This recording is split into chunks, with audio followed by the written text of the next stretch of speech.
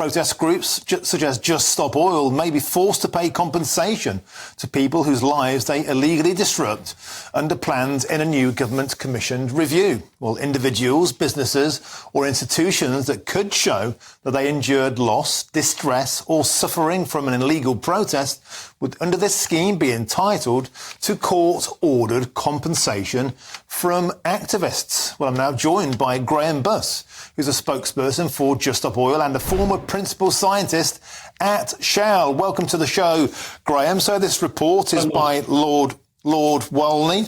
He's the government's advisor on extremism and terrorism. And he quite simply says the buck should stop with Just Stop Oil. Do you think he's got a point?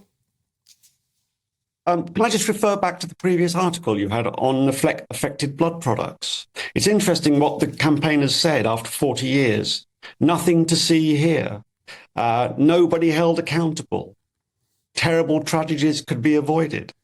That's pretty much the position that we're in now in the middle of a climate crisis, isn't it? Yeah, some might find that comparison distasteful, Grahame, but can we just please move on to the current report? So quite clearly, he is saying if people can demonstrate business has been affected, and many no doubt could. The costly London economy was £4.5 million alone from Just Stop Oil's protests in the spring and summer of 2023. Should you not pay for the protests? Look, let's just start from a position that John Woodcock, the Lord now, he is not an independent advisor. In fact, it's entirely dishonest to suppose that.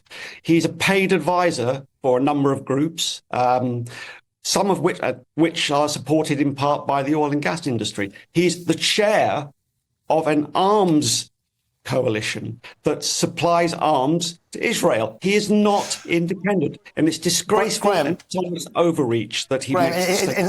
Instead of shooting the messenger, can we address the message? Let's try and stay on point. If your protests are costing the economy and individuals and businesses provable sums of money, should you pay for that? No.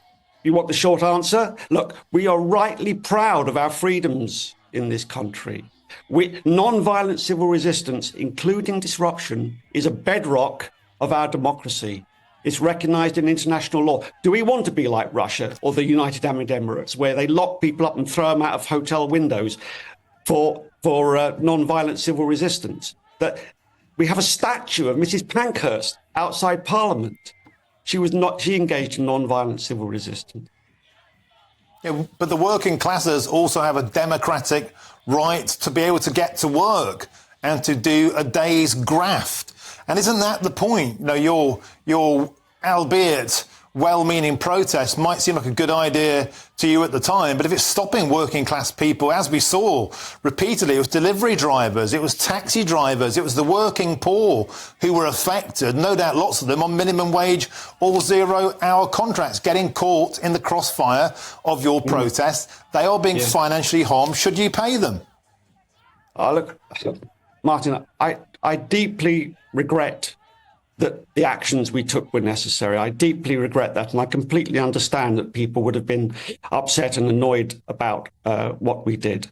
Now, if the government took the climate crisis seriously, as they didn't take for example, the tainted blood seriously, if the government took that seriously, then we wouldn't need to be here. I mean, I know you might ask, saying that we should be sued. Who will you sue when our homes are flooded and our homes are uninsurable? Remember that last year in Chesterfield, there was a lady there who said that her home was uninsurable, and she said that the government had failed to support her, that she felt let down by the government. Grahame, who should people sue if they lose their jobs because they can't do a delivery and Just Stop Oil stop them doing that? Should they sue you? There are already plenty of perfectly reasonable resources and recourses that they can take. Look at skyrocketing food prices. Who do you sue for that? Who are you going to sue for the grass fires that burn down people's homes? Who do you sue for children who get tropical diseases? Who do you sue? We're going to have to leave it there. Spokesperson for Just Stop Oil, I don't think you answered the question, but I appreciate your passion and your candour, and thanks for joining us. Always a pleasure.